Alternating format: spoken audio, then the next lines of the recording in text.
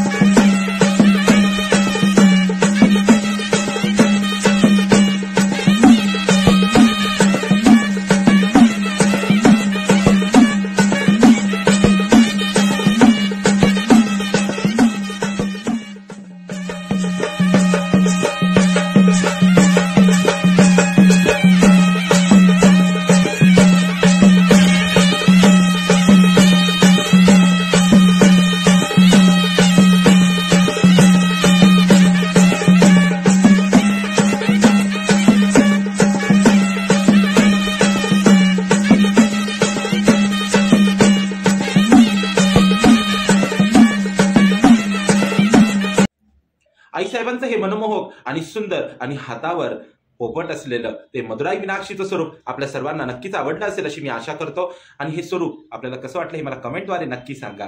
जगदंबा आदिमाया देवी मीनाक्षी आपल्या सर्वांवरती भरपूर सारे कृपा आशीर्वाद.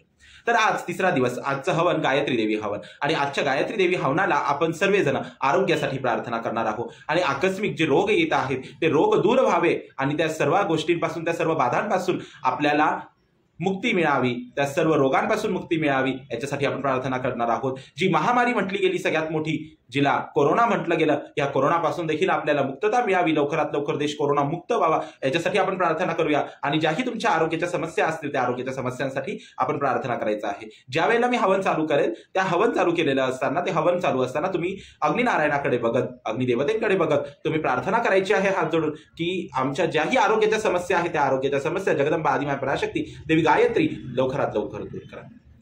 तर चला आपण जाऊया आता हवनाला.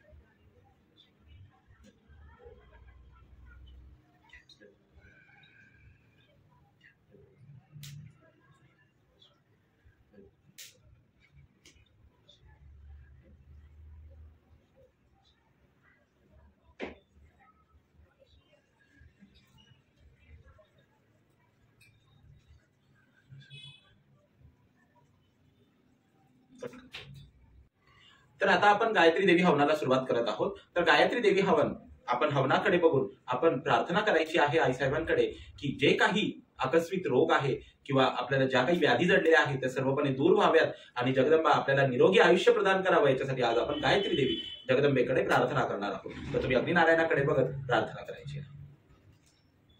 कट कर.